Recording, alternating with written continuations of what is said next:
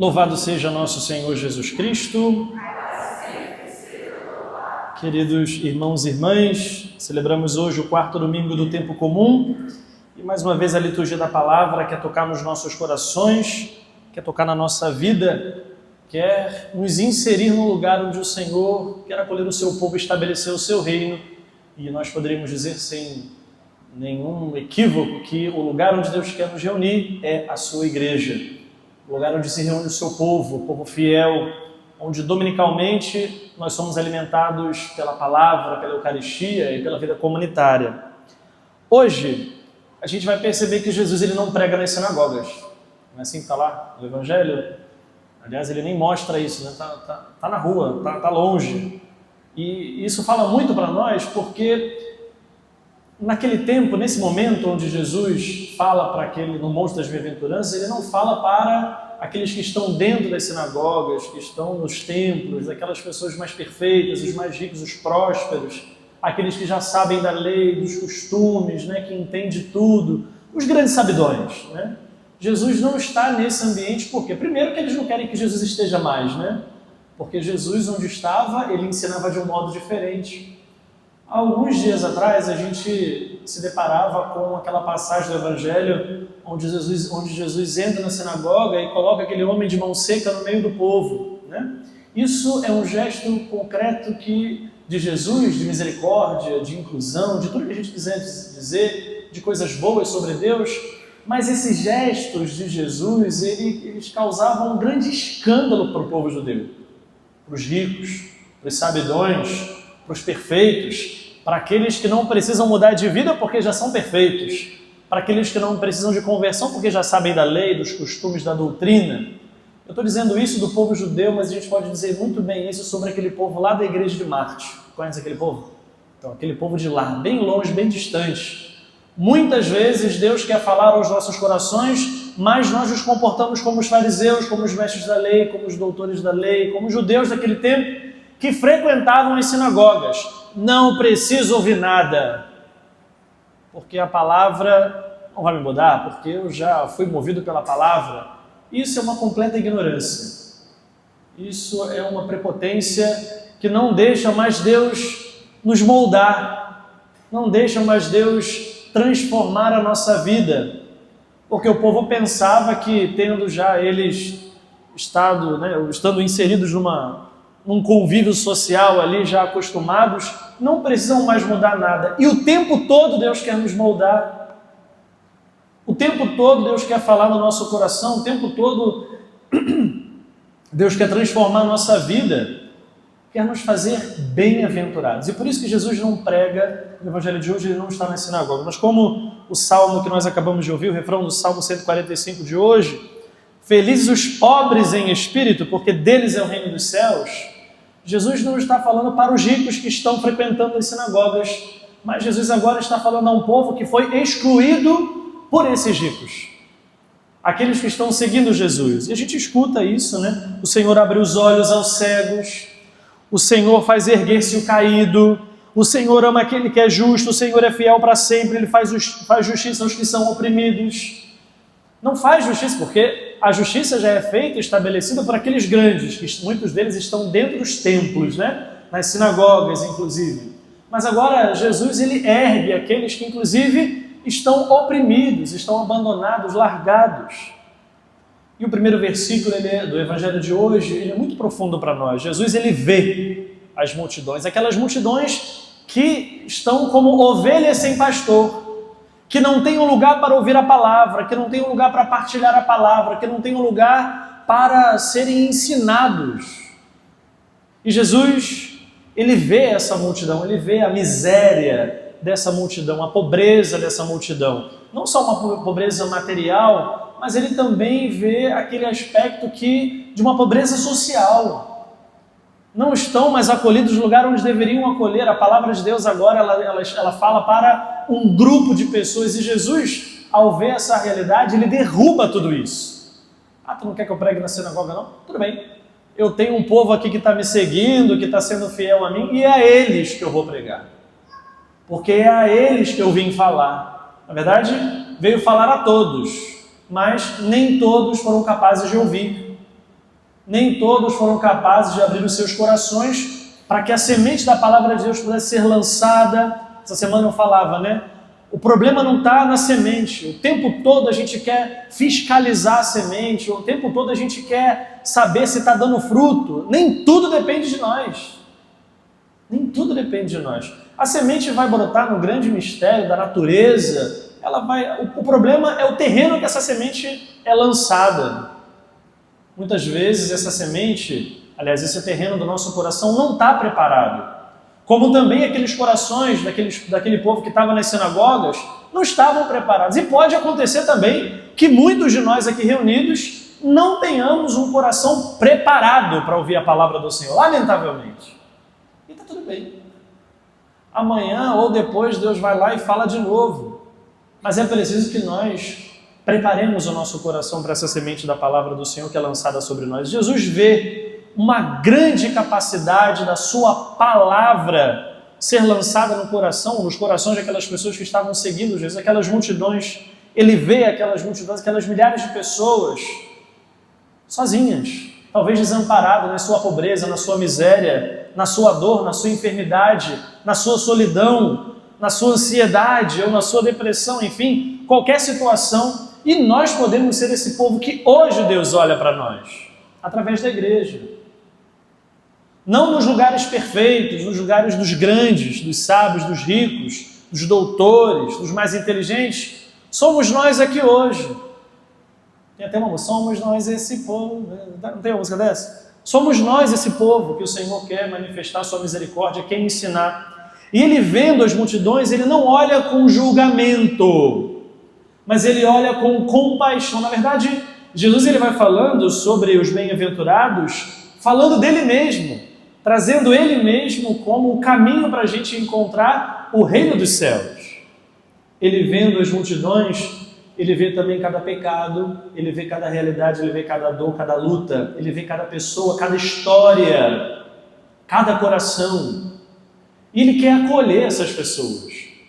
Aqueles que estão lá nas sinagogas, lá estão, deixa eles lá. Preferiram estar lá e, inclusive, não quiseram que o Senhor lá estivesse. Não queriam.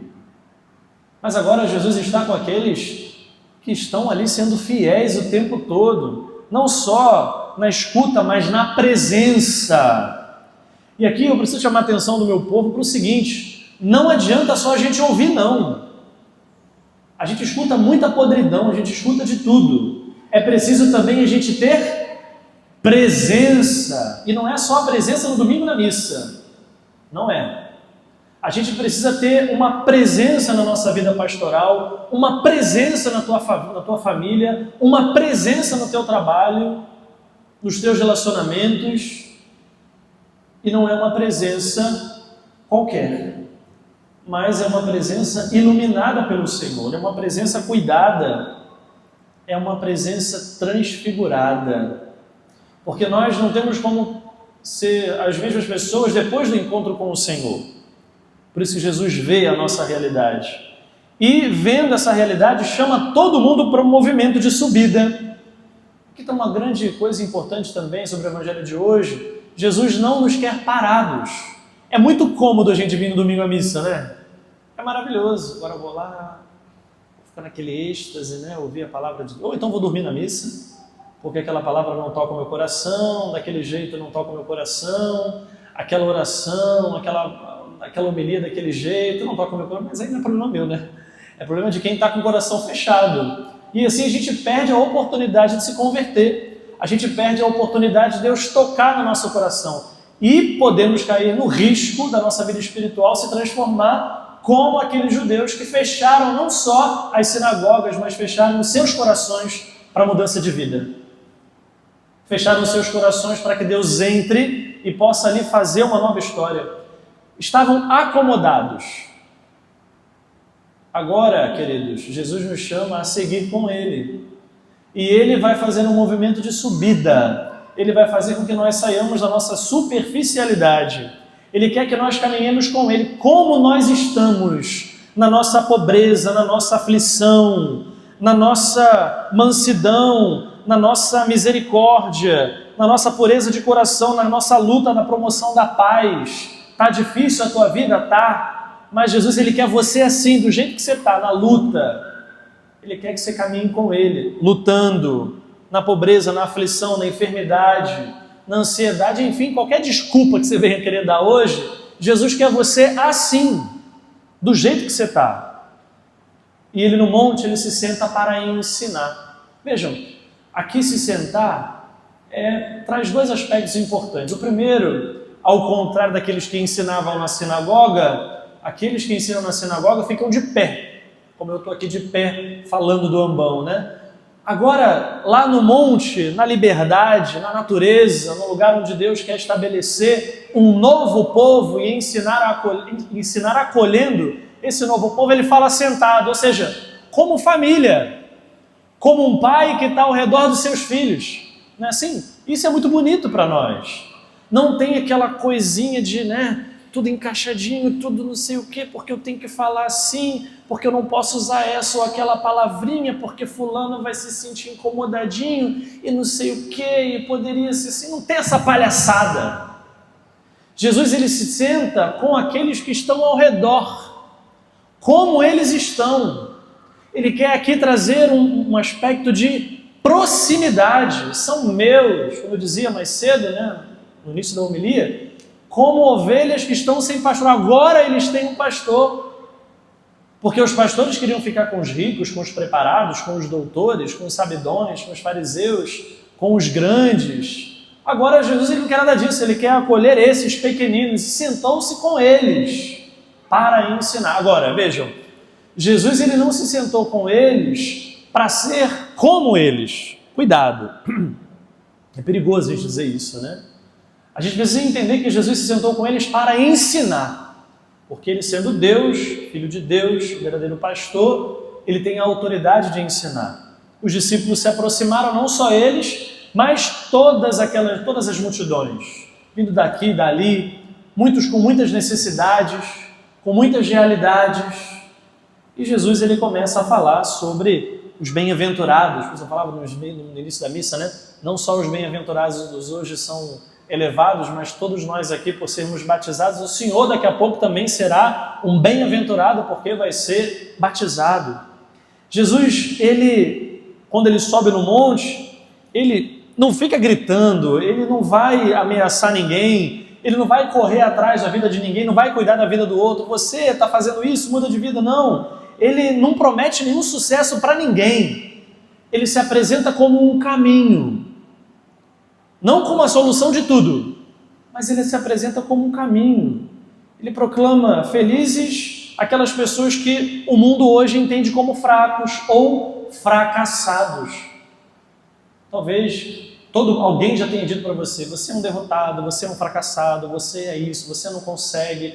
E mais do que o outro dizendo, talvez seja você mesmo afirmar isso. Olha que pobreza de espírito. Nós não somos assim, embora a nossa realidade ao redor diga isso, ou queira dizer isso, nós não somos isso, não são as nossas pobrezas, as nossas misérias, os nossos fracassos que vão nos definir. Não é isso. Aos olhos de Deus, nós somos os mais queridos, nós somos os bem-aventurados. Jesus aqui, Ele não está falando lá para aqueles que estão nas sinagogas, para os sábios, os ricos, os próprios, aqueles que são mais, digamos assim, prósperos na vida, mas Ele fala para nós hoje, fala para mim, fala para você. Nós somos esses bem-aventurados hoje. Felizes os pobres em espírito, não aqueles vazios. Não adianta a gente estar na igreja vazio de espiritualidade, Mas os que não vivem escravos daquelas necessidades materiais. É a esses que Jesus quer falar. Agora, a gente precisa precisamos fazer com que a nossa vida tenha essa pobreza espiritual, pobres em espírito. Quantas vezes nós nos agarramos às coisas materiais, queridos, e perdemos a grande oportunidade de sermos chamados bem-aventurados, os queridos de Deus, os amados pelo Senhor. Porque a gente não precisa provar valor para ninguém. E quantos de nós a gente fica assim presos, ficamos presos a essa realidade. Eu preciso mostrar para todo mundo o meu valor. Eu preciso mostrar para todo mundo a minha competência. Num tempo de performance que a gente está vivendo, né, sobretudo no tempo de hoje, qual é a sua... o que te define? Qual é a tua performance? O que você vai entregar? Tem gente que promete tudo e não entrega nada. Não, porque eu me preparei, eu sou isso, eu tenho aquilo, e no entanto não entrega nada. O pior de tudo é a gente saber que essas pessoas o tempo todo nos enganam e a gente fica alienado a elas. Não entregam nada. Mas podem ser muito ricas, podem ser muito prósperas. Quando nossa vida gira em torno dessas performances, dessas comparações, desses controles, né? A nossa vida, a gente quer controlar tudo, como a gente falava durante essa semana, né? A semente, a gente quer controlar a semente, cresce logo semente, vamos embora, né? E a gente não tem paciência com os processos, a gente quer controlar tudo, a gente quer viver se comparando. Vocês acham que talvez algumas pessoas, dentre essas multidões que estavam ao redor de Jesus, pudessem ficar com um espírito assim de comparação? Poxa, eu queria estar na sinagoga, no conforto, mas a gente não precisa viver isso. Deus já está falando para ele, Deus está no meio deles, não está lá, está aqui. E a gente precisa parar com essas comparações para a gente viver livre. E vivendo livre, assim como esses, aí sim a gente experimenta a maior felicidade que é estar frente a frente diante do Senhor. Jesus propõe um outro caminho a partir desse encontro com essas pessoas, com essas multidões do Evangelho de hoje. Felizes os mansos. Mansidão aqui não é sinal de fraqueza. Já viu aquelas pessoas assim, anda encurvado, com o tercinho na mão, assim, tão piedoso. A gente olha para essas pessoas e a gente olha assim, é um fraco na vida, é um fracassado na vida. Às vezes a gente pensa que aquelas pessoas que andam assim posturadas, com o cabelo preparado, feito, né, com aparência estética assim, toda perfeitinha, esses são bons, esses são fortes. Cuidado que as aparências enganam, e muito, não é pouco, é muito, muito. Mansidão não é sinal de fraqueza, muito pelo contrário, é uma força que não precisa atacar ninguém para existir. O mundo está caindo e você está ali, ó.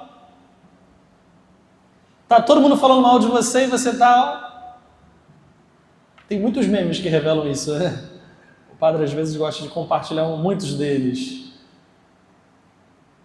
Precisamos ter mansidão no nosso coração, na nossa vida. Precisamos ser mansos.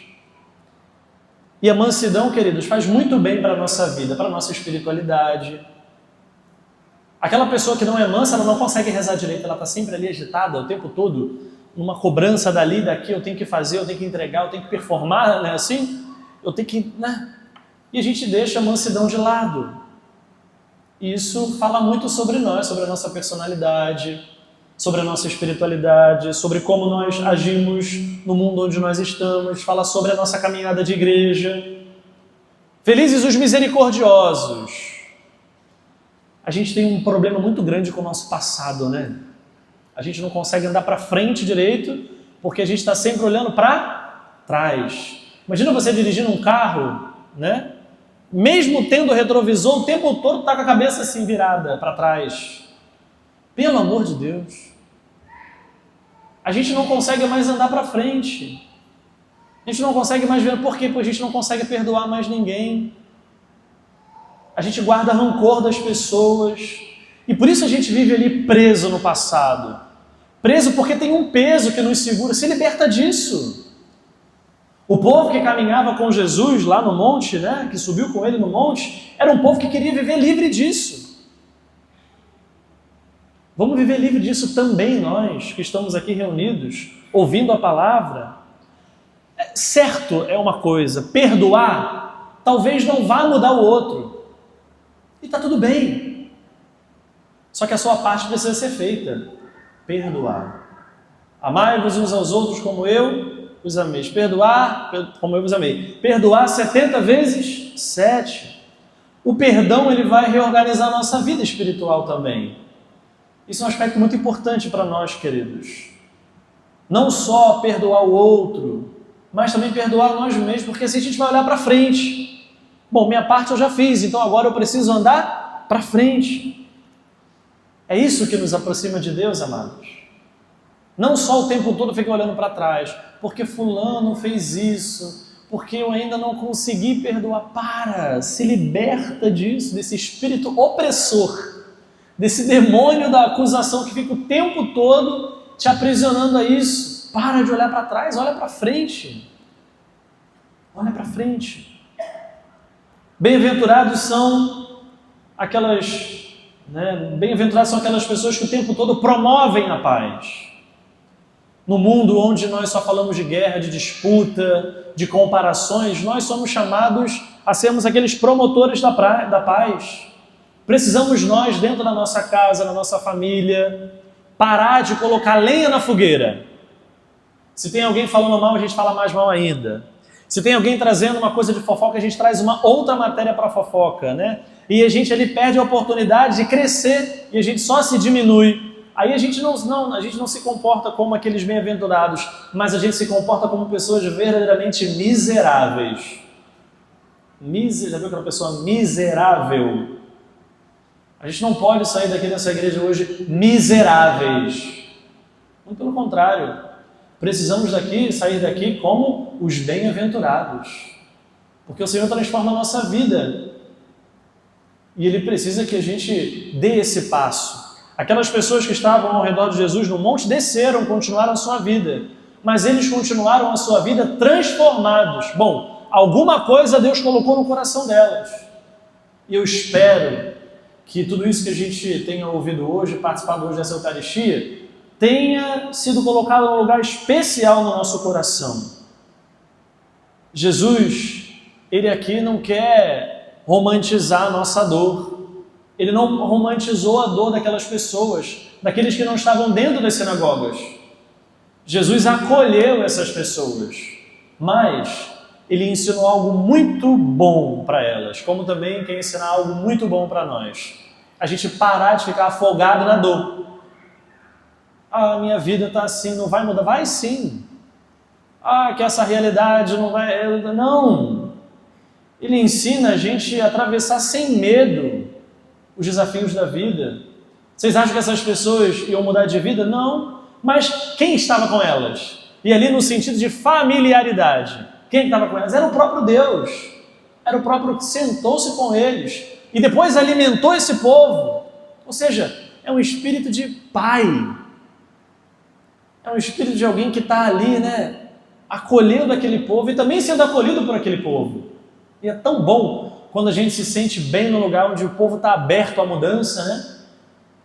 Que nós, queridos irmãos e irmãs, possamos estar como esses bem-aventurados, acolhidos pelo próprio Cristo, por Jesus que caminha no meio de nós, transformando a nossa vida. Peçamos a Ele, queridos, que nós possamos promover a paz, não só a paz. Uma outra realidade que a gente esquece é sobre o reino dos céus. A gente espera muitas recompensas nesse mundo, mas a nossa recompensa maior, ela vai ser dada onde? Alegrai-vos e exultai, porque será grande a vossa recompensa onde? Por isso que nós somos ansiosos, por isso que nós somos tristes, por isso que a gente não é capaz de dar um passo para frente, porque o tempo todo a gente quer recompensas aqui, nesse mundo, agora, de imediato, e está na hora de parar com isso. Porque o tempo de Deus pode até ser longo, mas a nossa vida é um processo e está tudo bem.